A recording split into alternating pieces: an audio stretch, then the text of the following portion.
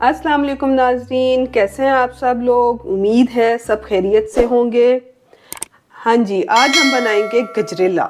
बहुत ही देखें चंद चीज़ों के साथ, थोड़ी चीज़ों के साथ गजरेला रेडी हो जाएगा।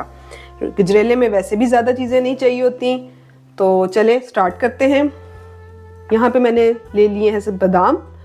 बादाम आपने गार्निशिंग के लिए यूज़ करने और चंद बादाम आपने अंदर डालने हैं। तो ये मैंने कोई 25-30 गिरियाँ ले ली हैं बादाम की। ये है क्रीम, 200 ग्राम मैंने ये क्रीम ली है, लेकिन ये घर की ताज़ा दूध की है, फ्रेश क्रीम है। ये बाज़ार की नहीं है जो पैक में मिलती है, ये ताज़ा क्रीम है। ये है चावल। चावल मैंने थोड़े से बिल्कुल लिए हैं, ये तकरीबन 20 से 30 ग्राम है, एक मुट्ठी कह लें। और उसको मैंने पानी में भिगो के तो इस तरह से इनको तोड़ लिया था ताकि ये बारीक हो जाए बिल्कुल इस तरह से। उसके बाद मैंने ली है चीनी। चीनी है ये 200 ग्राम। मीठा अगर आप ज़्यादा पसंद करते हैं आप ज़्यादा भी ऐड कर लें, हम इसमें 200 ग्राम ऐड करेंगे। ये है दूध। दूध मैंने लिया है 2 किलो, 2 लीटर जो है वो दूध के ले लिए हैं और ये ताज़ा दूध है। ये है गाजर। गाजर मैंने 2 दरमियाने साइज़ की ली थी और उनको कद्दूकश कर लिया है। जी स्टार्ट करते हैं। बर्नर कर दिया ऑन और ये अब मैं ऐड कर रही हूँ इसमें दूध।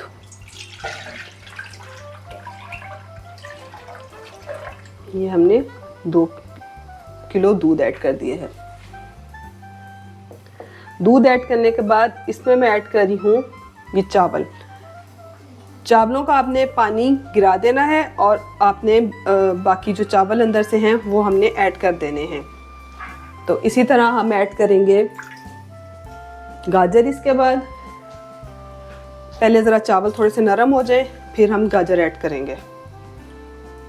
चावल आप तकरीबन आधा एक घंटा भिगो लें, काफ़ी होगा, ताकि ज़रा नरम हो जाएं, आसानी से इसमें गल जाएंगे, पक जाएंगे जल्दी। जी व्यूअर्स, तो देखें दूध हो गया है गरम, उबाल आ रहा है इसको, और चावल जो हैं वो नरम हो गए हैं पहले से। ये देखें इस तरह से।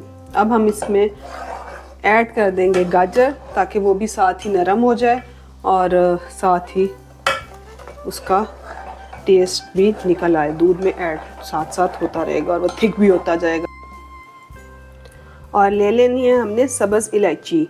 ये मैंने 12-14 दाने ले लिए सब्ज़ इलायची के, आप भी ले लें। और इनको थोड़ा सा हम क्रश करके तो ऐड कर देंगे गजरेला में।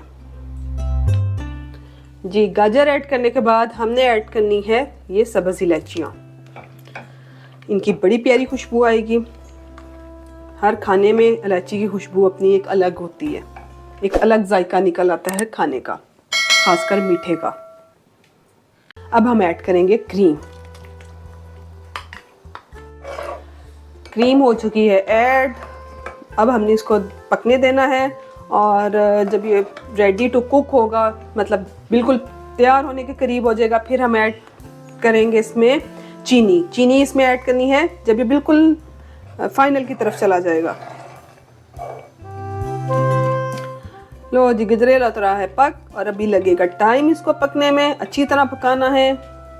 हो चुका है ये थिक हमारा गजरेला, फाइनल स्टेज की तरफ जा रहा है। इस स्टेज पे मैं ऐड करने जा रही हूँ इसमें चीनी। ये मैंने चीनी ऐड कर दी। ये 1 पाव के करीब चीनी थी जो मैंने ऐड कर दी है। अगर आपको मीठा कम पसंद हो तो आप इसमें कम ऐड कर दें, ज़्यादा पसंद है तो थोड़ी और ऐड कर लें। जिस तरह आपको मीठा पसंद हो, तेज़ या कम, उसके मुताबिक आप चीनी ऐड कर सकते हैं। इसको अब हम पकने देंगे ताकि जो चीनी पानी छोड़ेगी वो भी खुश्क हो जाए और ये अच्छी तरह मीठा यकजान हो जाए इसमें। जी व्यूअर्स, तो देखिए गजरेला हो गया है हमारा रेडी। अब हम इसको ठंडा होने के लिए रख देंगे और फिर थोड़ा सा ये नॉर्मल टेम्परेचर पे आएगा तो हम अपने एक बाउल में इसको निकाल लेंगे।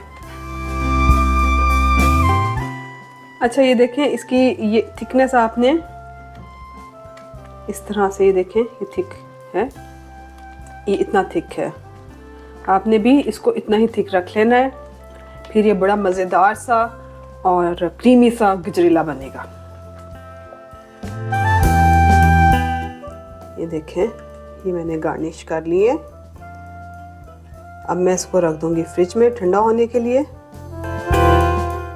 ताकि अच्छे से ठंडा हो जाए और फिर खाया जाए। जी जनाब, तो गाजर की खीर, जिसे गजरेला भी कहते हैं, रेडी है। उम्मीद है हमारी रेसिपी पसंद आई होगी। हमें कमेंट करके बताइएगा कि आपने ट्राई की, और अगर की तो कैसी लगी आपको ये रेसिपी। बहुत ही आसान है और अक्सर बनाई भी जाती है, और सर्दियों में ख़ासकर गाजरें आम हैं, ये रेसिपी ज़रूर बनती है हर घर में। तो चलें, मिलते हैं नेक्स्ट वीडियो में एक नई रेसिपी के साथ। अल्लाह हाफिज़।